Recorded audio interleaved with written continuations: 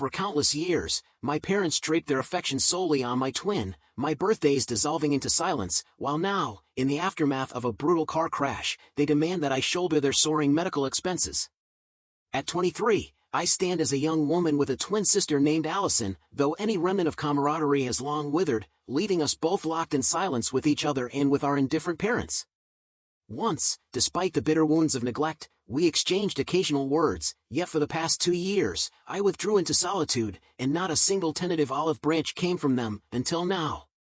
Allison, a mere 12 minutes my senior, was instantaneously anointed the golden child, a cruel twist born of our parents' original plan to have only one child, a plan dashed when fate doubled our blessings, with my mother too timid to risk defying destiny. I first learned of this harsh truth in high school, slurred out by my drunken uncle at a Thanksgiving gathering, a revelation that extinguished my desperate efforts to win their approval. In what felt like nature's inevitable decree, they had birthed 2 lives but chose to invest love in only one, Allison, from our earliest days, leaving me adrift in a shadow of neglect. Our sibling rivalry exploded into a feverish contest. Every time I strove to outdo her in a desperate bid for our parents' fleeting attention, my success only deepened their disdain, as if my triumph were a transgression against their sanctified golden child. To be candid, Allison never truly aimed to eclipse me. She craved a chorus of validation, feigning wounded hurt whenever I excelled, so that others might shower her with sympathy. I must confess, her artful manipulation, spinning tales of anguish whenever I surpassed her, drew supporters from all corners, our parents, a few relatives, even high school peers who, in misguided compassion, undermined me to soothe her bruised ego. In the end, my reward was a trail of stellar grades and a cache of extracurricular accolades, while Allison reaped adoration, sympathy, and endless validation that painted me as the villain forever outshining her. In retrospect, I wouldn't trade my hard-won achievements, though a part of me still longs to rub my success in her face more often than I dared back then. Then, 2 years ago on our 21st birthday, a milestone when both of us had stepped into adulthood, while Allison emerged from a conventional college, I soared from one of the state's premier business schools, crowned valedictorian and buoyed by a coveted scholarship that spared my parents a hefty expense.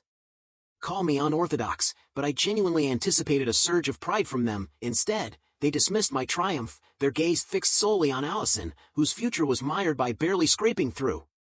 Though we both returned to the family nest, while I diligently interned from home at a respectable firm, Allison languished in a relentless job hunt filled with rejection, an endeavor that captured my parents' concern, leaving my achievements unacknowledged. Surprise was a stranger to me, yet the sting of disappointment cut deep. I masked my disillusionment as long as I remained under their roof, unable to muster the funds to move out, but after that birthday, silence became an unbearable weight I could no longer bear. I had hoped for a grand celebration, yet on the eve of our birthday I discovered I was abandoned, left behind with nothing but a terse note announcing that they were off on a beach escape with Allison and her friends, promising a return in a few days. The cold brevity of that note shattered me. While they frolicked under sunlit skies, my celebration was reduced to a perfunctory wish and a paltry $50 gift card. Though my childhood had been steeped in inequity, that moment marked the final betrayal. I resolved then to break free, packing my life and vowing never to look back. Fortune smiled when a few true friends offered me refuge until I could secure my own haven, a prospect brightened by the near certainty that my internship would morph into a full-time job, meaning I'd only need shelter for a fleeting 2 months. In a clandestine midnight escape, I gathered my scant belongings and slipped into a friend's care without a word to my parents or sister, and, as expected, not a single call of longing came from them.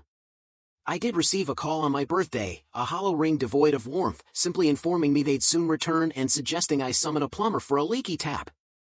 I announced, with a mix of defiance and despair, that I was no longer tethered to their home, hoping for even a spark of reaction, but my confession met only apathetic indifference from both my parents and Allison. Thus ended the last genuine conversation with my family. Since that fateful day, I've neither returned nor heard a word from them. Occasionally, snippets of Allison's life filtered through mutual acquaintances, yet our worlds remain parallel, my parents oblivious to my existence, and I equally estranged from them. 2 years of relentless toil have now earned me a modest sanctuary, a charming apartment in a respectable neighborhood with rent well within my means, a milestone many peers still chase. Though my heart celebrates this quiet triumph, I've steadfastly banished my family from my inner thoughts. Word reached me that Allison had tied the knot with a seasoned businessman nearly a decade her senior, and she now luxuriates in the glitzy embrace of California. Just when I thought the past was sealed, a frantic call from my uncle shattered the calm. My parents had suffered a devastating car crash and, in their dire state, desperately longed for my presence. Despite the icy chasm of our estrangement, I rushed to the hospital, compelled by a reluctant compassion that refused to let me remain unmoved. There, I learned they had languished for days, slowly mending from a brutal truck collision that left them scarred by grievous injuries. They lacked health insurance, a consequence of my father's absurd conviction that self-reliance could replace medical care, an ideology I now deem profoundly foolish. Initially, they reached out to my sister, yet she curtly declared her refusal to return or offer assistance. Apparently, she considered it distasteful for our parents to solicit financial aid from their affluent son-in-law so soon after his wedding, lest she be branded a gold digger. Moreover, she balked at flying back, unwilling to forsake her comfortable life with her husband's children, offspring not even her own, immersed in a manufactured happy family tableau, leaving her own parents stranded in their time of need. Even if compassion had stirred within her, her financial dependence rendered a simple flight ticket an unattainable luxury. So much for the cherished title of golden child and favored daughter, she was now reduced to a stay-at-home mom for children not truly hers. I was astounded they hadn't deigned to call me first, and my fury deepened when my uncle revealed that my parents now expected me to shoulder the mountain of their medical bills. The sum was colossal, a wound that would take ages to mend. I refused to part with my hard-earned money for those who had never offered even a scrap of love throughout my life. I knew other relatives could eventually step in, and though borrowing might sting their pride, it would force repayment far more swiftly than if I were to cover it. That was the pitch they delivered, promising swift reimbursement if I paid, but now I find myself trapped in an agonizing dilemma. I face a harrowing choice: I either humiliate my parents by refusing to pay their exorbitant bills and prioritize my own well-being, or deplete my finances while anxiously awaiting their promised repayment. Truth be told, I am not inclined to fund them any longer. After 2 years of silence and a lifetime of bitter discord, my family has become as alien to me as strangers on a bustling street, leaving me utterly unmoved to lend any support.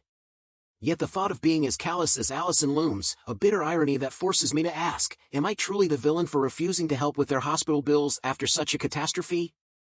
Update 1. I've resolved not to aid my parents, a decision that tore at my soul, yet I was convinced their bills would eventually be handled, for they only solicited me to avoid burdening other relatives, their egos too swollen to ask for help elsewhere. I haven't mustered the courage to confess this, for how does one break the news that, in the wake of calamity, you will not shoulder their debts? Nearly 5 days had slipped by since our encounter, and as I read the responses, a bitter truth emerged: I was still locked in an unspoken contest with Allison. Her inaction spurred me to prove I was the superior daughter, an endless rivalry etched into my very being.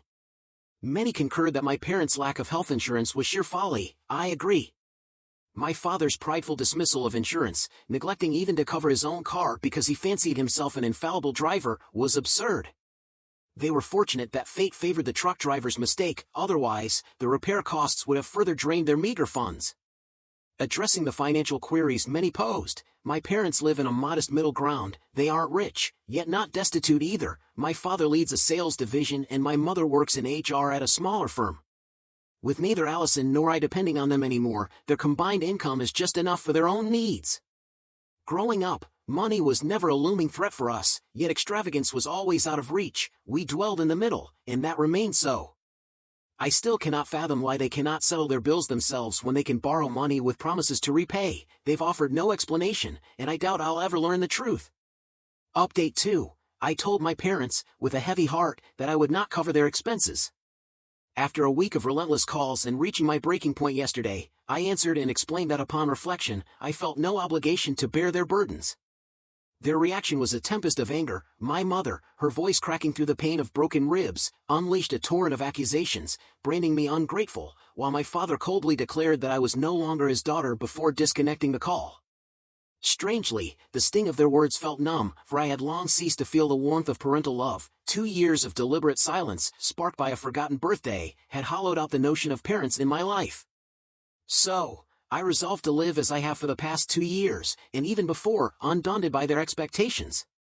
Regrettably, my uncle then attempted to heap further admonishment upon me, but I silenced him after mere seconds. I no longer cared for others' judgments. Soon after, he texted that another branch of the family was slated to fund their expenses. Apparently, my parents had resorted to dipping into the wedding fund, already half squandered on Allison's lavish celebration and further depleted by a European escapade, leaving them with barely any savings. Thus, one mystery was solved. Though my uncle's revelations were meant to evoke guilt, all I felt was relief that I had not squandered my hard-earned money on their reckless mismanagement. Their lack of insurance, born of delusional beliefs, was not my burden. They could borrow from relatives or face ruin, but nothing of mine, neither time nor money, was available for them. Update 3. Today, an odd twist unfolded that I must unburden, even though I've kept my recent tribulations secret from new friends, unwilling to divulge the dark chapters of my family saga. I now find solace in recording it here. Nearly 2 weeks had passed since I last spoke to my parents when, unexpectedly, Allison appeared at my doorstep one evening. I was startled. Surely she couldn't have known where I lived, but an old high school friend had revealed my neighborhood, spurring her on a minor detective mission to track me down. She looked and acted remarkably different from the Allison I remembered, now exuding a refined, sophisticated aura. Her style had shifted, the way she dressed, the jewelry she chose, even her makeup was transformed. Yet, beneath that polished exterior, her true self remained unchanged. One cannot mask an unrefined heart with makeup and self-styled titles like Mrs. Davis.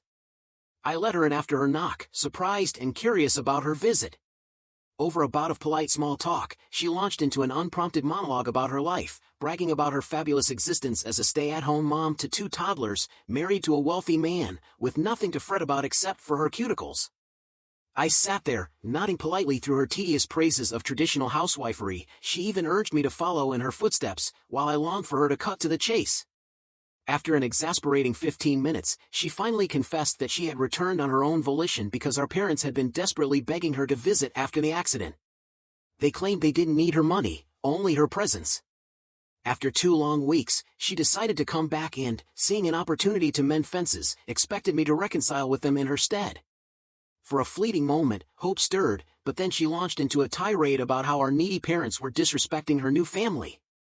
She ranted about having to abandon her 2 children, cared for by a nanny, just so she could visit them, railing against the cruel ultimatum that forced her to choose between her parents and her kids.